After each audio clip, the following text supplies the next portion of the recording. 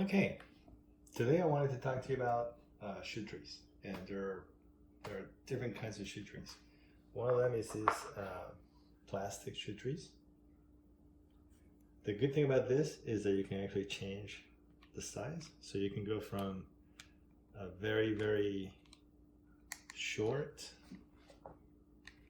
shoe to a very long shoe.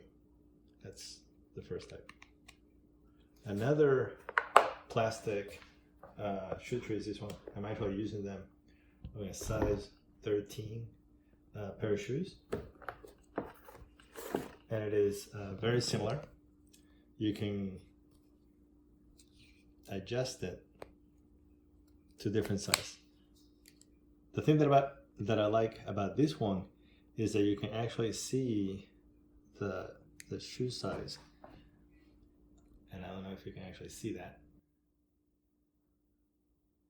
but it has the shoe size printed on it. So if you're shooting for a 13, which is actually the largest one that it can have, is right there. If you wanted the size 10, you don't have to guess. You put it right here, that's a size 10. So let's go back to 13. Shoe trees are very important just to keep the shape of the shoe and prevent creases. So if you're not going to have anything, a plastic shoe tree is better than nothing. Now, the one thing that a plastic shoe tree cannot do is absorb the moisture in your shoes. At the end of the day, when you come home from work, you're going to have sweat inside of your shoe. So you would actually prefer a wooden shoe tree. And we have here this wooden shoe tree. This particular one actually expands as you push in. There are others that this is just a solid piece and it doesn't expand. I prefer the one that actually expands. And they come in different sizes. This is a medium size. My shoes are a size 9. So the medium size fits the size 9 shoe. And this one has like a lip here, so you can actually pull them up as you're removing them.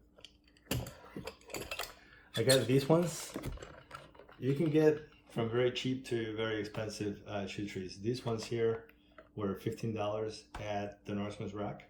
That's where I get most of my shoe trees.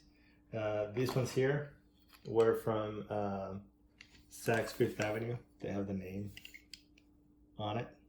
Oops, it's actually the other way. These ones were also $15. You can get shoe trees that are over $50. I don't know what kind of wood those things are made of. These are pine. I don't think that I would spend that much on a pair of shoe trees. Now sometimes, like when you're polishing your shoes, you want to have something to hold on to. Like when you have it upside down and you're maybe brushing it or you're holding it. So it's sometimes good to have these knob, and you can get shoe trees with a knob, and they're probably expensive. Not probably, I know they're expensive. What I was gonna say, probably more than I want to pay. So I actually put these on myself. It's just a screw and a doorknob. I had these doorknobs from when I was redoing all my cabinets. So I already had them laying around. I just had to get a screw that was long enough. So actually that is what I want to show you today. I want to show you how to add these to your shoe trees so that it's easier to put in, take out, and hold your shoe. This makes it really easy to remove and put in and hold the shoe in any fashion that you need to. So let's go ahead and do that. Okay, so we're going to be adding these little doorknobs to the shoe trees to create a little handle. this is something that I had bought at Home Depot for $19, and it was 10 knobs. I had used 4 of them, so I had 6 left. You already saw the 2 that I had placed in another pair of shoe trees, so I'm going to make the remaining 4 that I have here in these 4 shoe trees. So these come with screws for cabinets. They're too short. So what you're going to need is you're going to need to buy these number 832 being a 2.5-inch length. And I have a couple packets here. And we're going to be using this. I guess that didn't work. To screw those door knobs. So what we're going to do is we're going to make a hole for this. And I actually don't know the size of this. I just have these laying around, so I don't know the width. But I just looked at something that was just a bit wider than the screw itself, and about as long. Okay. Now, one thing to pay attention to is this piece of metal actually goes all the way back here. So you want to drill the hole pretty far back. You don't want to be doing it here because that's going to be right on the metal.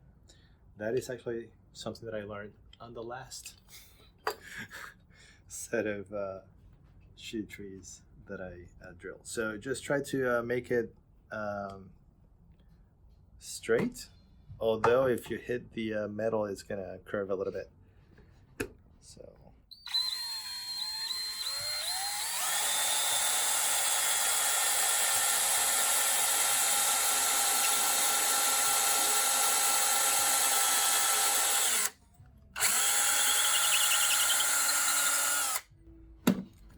And one thing you want to do is you want to always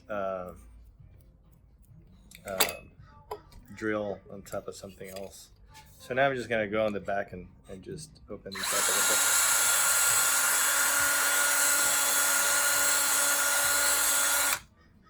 bit. Okay. Just see. Okay.